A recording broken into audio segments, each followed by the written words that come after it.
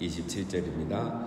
예수와 제자들이 빌립보 가이사라 여러 마을로 나가실새 길에서 제자들에게 물어 이르시되 사람들이 나를 누구라고 하느냐. 자, 이제 어제 오병의 기적을 마치고 예수님께서 가이사라 빌립보 가이사라라는 여러 마을로 이렇게 나가셨습니다. 가이사라 빌립보, 그리고 어제 오병의 기적을 일으켰던 벳세다는 갈릴리 호수의 북동쪽에 있습니다. 그러니까 저 북쪽으로 동쪽 이렇게 끝이죠. 왜 가이사라 빌립보 가이사라 가느냐 하면은 이 두 사람의 이름입니다. 헤롯 대왕의 아들 중에 한 명이 이제 빌립이라고 있었거든요. 이 빌립이 이제 헤롯 대왕이 죽을 때 이 빌립 아들에게는 이 갈릴리 호수 북동쪽을 이렇게 줬어요. 그 땅을 이제 물려받아서 통치를 하게 되는데, 이 빌립이 이제 가이사라 황제에게 이 도시를 하나 바치는 거죠. 그래서 이 도시 이름이 자기의 이름 빌립과 또 가이사라, 이 황제를 뜻해서 빌립보 가이사라 이렇게 말하는 겁니다. 그래서 예수님께서 여기에서 이제 너희는 나를 누구라 하느냐는 것은 상당히 이런 역사적, 지리적 배경을 두고 하는 말이죠. 빌립이 로마의 황제 가이사라에게 충성하면서 이 도시를 이렇게 바치면서까지 황제를 자기의 구주로 이렇게 고백했는데, 그럼 너희는 나를 누구라고 생각하느냐, 이렇게 말하는 거예요. 그래서 다른 데서도 이런 말씀을 할 수 있는데 이제 일부러 아마 이 빌립보 가이사라에서 이런 질문을 하시지 않았나, 그런 지리적 역사적 배경을 우리가 함께 생각해 주셨습니다. 28절 제자들이 여쭤봐 이르되 세례 요한이라고 하고 더러는 엘리야 더러는 선지자 중에 하나이다. 자, 여기서 세례 요한은 이제 죽은 세례 요한이 부활했다 이런 소문이 있습니다. 이런 말이죠. 그리고 엘리야는 이제 말라기에서 예언했던 그 엘리야를 말하는 겁니다. 자, 사실은 이제 세례 요한이 말라기에서 말하는 그 예언한 엘리야라고 우리가 볼 수가 있는 거죠. 자, 중요한 건 29절입니다. 또 물으시되 너희는 나를 누구라 하느냐? 베드로가 대답하여 이르되 주는 그리스도시니이다. 자, 너희는 나를 누구라 하느냐? 자, 이게 굉장히 중요하죠. 방금 제가 배경을 드렸죠. 빌립은 로마 황제도 이렇게 가이사라를 자기의 주로 고백하고 이 도시를 헌납했는데 너희는 나를 어떻게 생각하느냐 이겁니다. 자, 그렇죠 여러분. 우리는 예수님이 누구인가를 아는 게 가장 중요한 겁니다. 많은 지식이 필요하지 않죠. 예수님이 누구이신가를 아는 게 가장 중요합니다. 왜 그렇습니까? 요한복음 17장 3절에 보면 영생은 곧 유일하신 참 하나님과 그가 보내신 자 예수 그리스도를 아는 것입니다. 예수님을 알아야 구원을 받게 되는 거죠. 예수님을 알지 못하니까 구원을 받을 수 없는 겁니다. 영생은 예수님이 누군가를 아는 것에서 시작됩니다. 그래서 베드로가 고백하죠. 주는 그리스도시니이다. 오늘 본문에는 이제 이 한마디만 나왔는데 마태복음에 보면은 16장에 보면 주는 그리스도시요 살아계신 하나님의 아들이시니다. 이제 이렇게 함께 고백을 하죠. 자, 주는 그리스도시요. 이 그리스도란 말은 이제 헬라어죠. 크리스토스. 그래서 이제 크리스마스 이어지는 거죠. 크리스토스, 즉 기름 부음 받은 자라는 뜻이고, 이거 이제 히브리어로 말하면 메시아라는 뜻입니다. 구원자라 이런 뜻입니다. 구원자. 하나님께서 구원하기 위해서 구별하여 세우신 분, 구원자라는 뜻이고, 자, 그 다음에 이제 마태복음에 나오죠. 살아계신 하나님의 아들이시니이다. 하나님의 아들이란 말은 하나님이 보내신 분이라는 것이고, 하나님이 보냈으니까 당연히 그분은 하나님이겠죠. 하나님의 아들이니까 하나님이고. 그래서 이 예수 그리스도를 아는 데서 중요한 게 뭡니까? 예수님은 하나님이시고 우리의 구원자, 그리스도라는 것. 이 두 가지를 믿는 게 이제 굉장히 중요한 거죠. 예수님은 사랑이 많으시고 인자하시고 자비하시고 가난하고 어려운 자들과 함께 하시는, 없는 자들을 편에 서주시는 그런 분이다. 이거는 그 한 면입니다. 그래서 이제 우리 자유주의 신학이나 세상 사람들은 그런 면을 강조하는데, 그거는 그냥 한 면이고 열매죠. 예수님이 누구시냐 정말 중요한 거는 예수님이 하나님이시고, 이 말은 성부 하나님과 동일한 하나님이라는 거예요. 그리고 우리를 구원하기 위해서 이 땅에 오신 구세주라는 것. 이 두 가지를 믿는 게 중요하죠. 마가가 여러분 1장 1절에서 첫 번째 하는 말이 뭡니까? 하나님의 아들 예수 그리스도의 복음의 시작이라 하죠. 그러니까 마가가 정확히 하는 거예요. 이 예수님은 누구냐? 하나님의 아들이고 예수 그리스도다. 예수님은 두 가지가 제일 중요한 겁니다. 우리가 이거를 알고 믿어야 되는 거죠. 자, 그런데 이제 이거는 누가 알 수 있습니까? 알려고 해서 아는 게 아니죠. 아무리 교회 와서 앉아있고 설교를 들어도 알 수 없는 거죠. 마태복음에 보면 이제 예수님이 설명을 해주셨죠. 바요나 시몬아 내가 복이 있도다. 이를 내게 한 이는 혈육이 아니요 하늘에 계신 내 아버지니라. 그렇죠? 하나님이 도와주셔야 되는 거죠. 우리로 말하면 성령이 깨닫게 해주시고 믿게 해주셔야 되죠. 성령으로 하지 않냐고서는 누구든지 그리스도를 주라 시인할 수 없다 그랬죠. 성령의 역사가 있어야 되는 겁니다. 자, 30절 이에 자기의 일을 아무에게도 말하지 말라 경고하시고, 여기서 자기의 일이라는 것은 예수님이 그리스도 구원자라는 거. 베드로가 지금 정확하게 고백을 했거든요. 지금까지는 예수님을 그 정도로 보지 않은 거잖아요. 사람들이 엘리야나 세례 요한으로 즉 선지자 중에 하나 정도로 봤는데 드디어 예수님이 구원자라는 게 이제 정확하게 공식적으로 선포가 된 겁니다. 그래서 이제 아직은 이거를 말하지 말라는 거죠. 왜냐하면 이제 예수님이 이게 빨리 알려지면 예수님이 위험해지는 거잖아요. 예수님은 공생애를 마치고 6월절에 이제 죽으셔야 되는데 이게 빨리 알려지면 그렇지 않아도 지금 예루살렘에서 이 예수님을 잡으려고 죽이려고 난리인데 그런 일이 최대한 늦게 일어나야겠죠. 예수님 하실 일이 많기 때문에. 자, 그런 의미에서 내가 메시아라는 걸 아직 이렇게 말하지 말라고 하시는 겁니다. 31절 인자가 많은 고난을 받고 장로들과 대제사장들과 서기관들에게 버림받아 죽임을 당하고 사흘 만에 살아나야 할 것을 비로소 그들에게 가르치시되. 자, 여기서 이제 예수님의 이 구원에 대한, 예수님의 구원자에 대한 그 설명을 하시죠. 이제 지금은 이렇게 했지만 언젠가는 이제 고난을 받다가 이 종교 지도자들에 의해서 잡혀서 죽임을 당하고 사흘 만에 부활하게 될 것이다. 이 복음의 핵심을 이제 예수님이 처음으로 이렇게 공식적으로 가르쳐 주시는 거예요. 자, 그런데 여기 보면 이제 중요한 단어가 뭡니까? 비로소죠. 비로소 가르쳐 줄 거예요. 물론 예수님이 때가 됐기도 했고 이제 시간이 됐기 때문에 말씀하신 것도 있지만 이 문맥에서 보면은 뭐죠? 베드로의 진정한 신앙 고백 있을 때 예수님이 정말 중요한 복음을 그 다음에 더 중요한 계시를 깨닫게 주셨다는 거죠. 자, 여러분 우리가 언제 누가 더 은혜를 많이 받고 누가 더 말씀을 잘 깨닫느냐? 그 분명한 신앙 고백이 있을 때입니다. 오늘 베드로로 말하면, 오늘 우리로 말하면 내가 말씀대로 살려고 결단할 때 그러한 마음으로 들을 때 말씀이 더 깨달아져요. 계시가 더 임하는 겁니다. 오늘 보면 이제 그런 의도로 이렇게 비로소란 말이 들어가는 겁니다. 자, 32절 드러냈고 이 말씀을 하시니 베드로가 예수를 붙들고 항변하매. 자, 드러냈고 이거는 분명하게 말씀하셨다는 거죠. 이 말씀을 하시니는 이제 미완료 시제입니다. 그러니까 예수님이 지금 계속 하려고 하는 거예요. 이제 십자가가 뭐고 부활이 뭐고 내가 왜 죽어야 되고 왜 부활해야 되는지 이 복음을 계속 설명하려고 하시는데 베드로가 예수님을 붙들고 항변했다 이렇게 되어 있습니다. 이렇게 항변했다고 이제 우리 말에는 좋게 번역이 됐는데 원어를 보면 혼낸 것으로 됐다 이랬습니다. 베드로가 예수님을 혼냈어요. 여러분 상상이 됩니까? 어떻게 이런 일이 있을 수 있느냐? 베드로가 예수님보다 나이가 많거든요. 그래서 혼낸 거예요. 여러분 이 단어가 33절에 꾸짖어라는 말과 같은 단어예요. 그러니까 예수님을 꾸짖었다는 거예요. 이 말은 뭐겠습니까? 죽으면 안 된다 이 말이 아니고 우리가 당신 하나 보고 여기까지 왔는데 죽어버리면 우리는 어쩌란 말이냐 이런 거죠. 그런 의미에서 예수님께 꾸짖은 거죠. 여러분 왜 베드로가 이렇게 예수님을 맞고 꾸짖었을까요? 이유는 하나죠. 메시아관이 다르기 때문입니다. 메시아에 대한 이 세계관, 관점이 다른 거죠.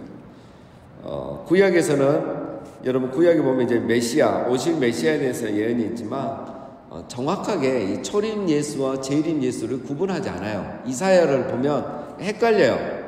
어디서 보면 예수님 고난받는 종이고 또 보면은 막 만왕의 왕이고 세상을 막 다 바꾸는 그런 분이란 말이에요. 근데 이게 초림 예수다, 재림 예수다 이거를 구분하지 않는 거죠. 그래서 유대인들은 그 모든 예수를 그냥 초림 예수가 이 재림 예수다 이렇게 생각을 하는 거예요. 그렇다 보니까 이제 고난받는 종 이런 것들은 그냥 무시하고 넘겨버리는 거죠. 그 시편 22편이나 이사야 53장은 초림 예수를 말하고 있고 뭐 또 다니엘서 2장 7장 또 이사야 후반부에 나오는 이런 말씀들은 재림 예수를 말하는 거죠. 그래서 이제 유대인들이 예수님을 믿지 못한 이유가 이거이고 지금 베드로가 이제 만류하는 것도 이거죠. 자, 33절 예수께서 돌이키사 제자들을 보시며 베드로를 꾸짖어 이르시되 사단아 내 뒤로 물러가라 내가 하나님의 일을 생각하지 아니하고 도리어 사람의 일을 생각하는도다 하시고. 자, 예수님께서 꾸짖는 거죠. 베드로는 예수님을 생각한다고 말했지만 오히려 자기를 생각하고 있는 그런 베드로를 예수님이 꾸짖고 또 사단아 물러가라고 하십니다. 자, 이 말은 베드로도 혼내고 사단도 꾸짖는 겁니다. 둘 다 혼나고 있는 거죠. 자, 사단아 내 뒤로 물러가라 했죠. 그러니까 사단도 사단에게는 꾸짖고 베드로도 지금 혼나고 있는 것입니다. 너가 하나님의 일을 생각하지 아니하고 영을 분별하지 않는 거예요. 여러분 우리가 생각을 잘해야 됩니다. 이 좋은 생각이라고 하고 내 욕심이라고 내 생각이라고 내가 좋아서 하는 생각인데 그게 사단이 주는 생각일 수도 있다는 겁니다. 우리가 지난번에 살펴봤죠. 마음이 중요한 겁니다. 마음에서 생각이 나오고 이 생각에서 우리의 이제 말과 행동이 나오는 거잖아요. 그래서 사단이 이제 베드로의 마음 안에 그런 마음들을 줬던 것이죠. 자, 34절 무리와 제자들을 불러 이르시되 누구든지 나를 따라오려거든 자기를 부인하고 자기 십자가를 지고 나를 따를 것이니라. 자, 아주 이제 중요한 말씀이죠. 베드로가 이렇게 자기 자신을 생각하고 뭐 예수님을 만류하죠. 자기 입장에서 메시아를 생각하고 자기 입장에서 믿음을 갖는 거예요. 그러니까 잘못된 믿음이죠. 바른 믿음을 가지려면 어떻게 해야 되느냐, 정말 제자가 되려면 어떻게 해야 되냐, 두 가지를 얘기하죠. 첫 번째가 자기를 부인하고 이거는 제가 수도 없이 강조했습니다. 여러분, 자기 부인이란 건 뭐라겠습니까? 말씀과 내 생각이 다를 때 자기 생각을 내려놓는 걸 자기 부인이라고 해요. 말씀과 내 생각이 다를 때 내 생각을 접는 겁니다. 그게 무엇을 관한 것이든. 예를 들면 아브라함이 그렇죠. 하나님이 이삭을 번제로 바치라고 하니까 그 말이 안 되는 거잖아요. 그럼. 이방 종교에서는 있었던 일이지 어떻게 인신제사를 하겠습니까? 근데 아브라함은 자기 생각과 이게 다르지만 하나님이 말씀하시니까 그걸 온전히 순종을 했죠. 그때 하나님이 하신 말씀이 있죠. 너가 이제야 나를 경외하는 줄 내가 알겠다라고 말씀하신 거죠. 제자들은 지금 자기를 부인하지 못하고 있는 겁니다. 왜냐하면 자기들이 생각하는 메시아가 있고 믿음의 세계가 있잖아요. 내가 이렇게 예수님을 따르면 또 예수님이 우리에게 이렇게 우리를 챙겨주고 복을 주실 거다. 이런 기본적인 그 생각들이 있잖아요. 그런데 지금 예수님 말씀은 내가 장차 고난을 받고 장로, 제사장들에게 잡혀서 죽을 것이다. 이렇게 했을 때 뭐 생각을 빨리 바꿔야 되죠. 자기 욕심을 내려놔야 되죠. 그런데 자기 생각과 욕심을 내려놓지 않고 예수님이 죽으면 안 된다고 말하는 거예요. 이러니까 자기를 부인하지 않고 있는 거죠. 두 번째는 뭡니까? 자기 십자가를 지고 가야 된다는 거죠. 여러분, 우리가 사명을 감당하고 자기를 부인하고 이렇게 말씀대로 살아가면 모든 일이 일사천리로 잘 되는 게 아닙니다. 거기에는 반드시 뭐가 따릅니까? 고난이 따르죠. 말씀에 순종할 때 따라오는 고난이 자기 십자가입니다. 말씀대로 살아가려고 할 때 내가 감당해야 될 고난, 그게 바로 자기 십자가예요. 내가 이러면서까지 해야 되나? 내가 이런 소리 들으면서까지 해야 되나? 이게 자기 십자가예요. 그래도 내가 하나님 말씀하셨고 나를 부르셨기 때문에 내가 그렇게 하는 거예요. 그게 자기 십자가예요. 그래서 제가 한 번씩 말씀드리지만 우리 착각하면 안 돼요. 내 남편이 내 십자가다, 그거 아니에요. 예. 내 아내가 내 십자가다, 아닙니다. 내가 말씀대로 살아갈 때 내가 져야 될 게 십자가인 거예요. 자기 십자가인 거예요. 그래서 여러분, 그때나 지금이나 예수님을 따르는 사람 많은데 자기 십자가를 지려는 사람은 잘 없죠. 무리와 제자의 차이는 뭐냐? 자기 십자가를 지느냐 지지 않느냐입니다. 자기를 부인하고 자기 십자가를 지는 사람이 제자이고, 예수님 따라다니면서 이렇게 하지 않는 사람은 제자가 아니고 무리인 겁니다. 자, 35절. 누구든지 자기 목숨을 구원하고자 하면 잃을 것이요, 누구든지 나와 복음을 위하여 자기 목숨을 잃으면 구원하리라. 우리가 잘 아는 말씀이죠. 왜 우리가 제자의 삶을 살아가야 되는가? 왜 자기를 부인하고 자기 십자가를 지어야 되는가? 이 말씀인 겁니다. 내가 살고자, 내 목숨을 구원하고자, 즉 방금 말씀으로 하면 나를 부인하지 않고 자기 십자가를 지지 않는 사람을 말하죠.